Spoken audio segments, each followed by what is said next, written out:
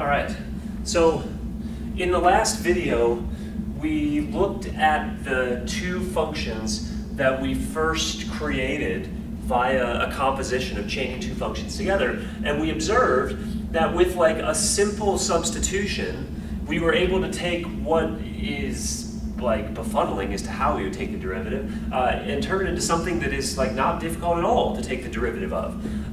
And there's sort of a tactic behind this, because in both cases there was a function that was put inside another function. If you recall, during the process of making e to the sine x, we ultimately took the function of sine and put it into the e function. So the sine function is really inside the e function. Similarly here with the sine e to the x is really inside the sine function. And what we did, if you look at the sort of the tactic here, is the function on the inside is what we replaced with u. And I claim that made life easy for us. The function that was inside, the function that was sort of applied first in our chain, the function that ultimately got tossed into another function. And so let's sort of look at these 6 functions that I have listed here. My claim is that all 6 of these functions that are on the board are able to be produced via composition. Think of this function cosine of x squared plus 5x plus 2. If you first apply the function x squared plus 5x plus 2 and then put it into the cosine function, well, you're going to get cosine of x squared plus 5x plus 2. But okay, long story short, what's the strategy here? The strategy here is to take each of these functions, letting u equal the inside function, and notice that what looks very complicated to the eye can become very simple, and then we can sort of like it would become simple to the degree that we could apply the derivative. So let's think about this. Cosine of x squared plus 5x plus 2. What is the function that has been thrown inside another function? The function that has been put inside another function is the x squared plus 5x plus 2. So what I'm going to do here is let u equal x squared plus 5x plus 2. And upon doing that, what results? We get cosine of u. That's so much simpler to look at, so much simpler to take the derivative of. You know what the derivative of cosine u is. That's just negative sine of u. What about this ln function? This ln function has ln of 4x to the minus 3 minus 5. Well, I claim there's a function inside one of the inside another function here. In particular, the 4x to the minus 3 minus 5 function is inside the ln function. So if we let u equal to 4x to the minus 3 minus 5, then what's going to happen? Well, our ln function is just going to become ln of u. And that's not hard to take the derivative of, because the derivative of ln u is 1 over u. Okay, what about this e to the 5x?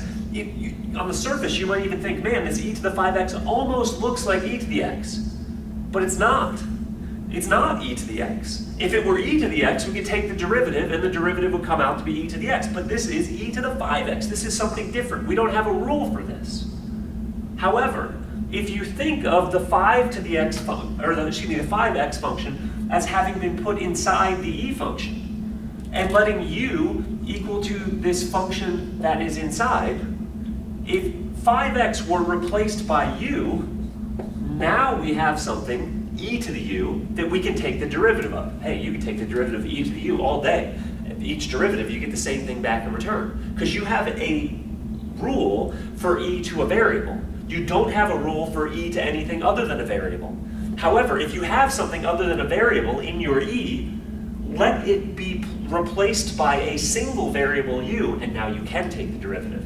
What about the tangent? You can see the sine is inside the tangent function. So if we let u equal to sine, then this guy, tangent of sine, becomes just tangent of u, which now you can take the derivative of. The derivative of tangent u, secant squared u. What about this next guy? This next function, the secant function, has ln function put inside it. What do? We want to let u equal to the function that's inside. So let u equal to ln x. And if u is equal to ln x, then this function which looks complicated, and if you wanted to try to take its derivative, man, it's not really clear how it would be done. Well, if we replaced it with secant of u, then it is very clear how to take the derivative, because the derivative of secant of a variable is just secant of that variable tangent of that variable. Now this last one might look a little bit strange because it's a lot maybe different from the others, because you're like, wait, what is inside what here? But when you look at this, you can see that inside is a cosine x plus 5. And the cosine x plus 5 has been put into a function raised to the power 20. But if we follow our nose here and say, okay, we're going to let u be equal to the function that's inside, so we're going to let u be equal to cosine x plus 5. Well, then as a result here, this function is going to be able to be expressed as u to the 20th. And aha, u to the 20th, you can totally take the derivative of that, 20u to the 19th.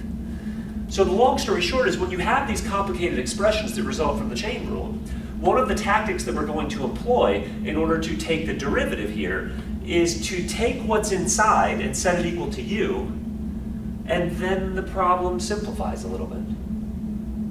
There's still one more detail to shake out, and we'll do that in the next video.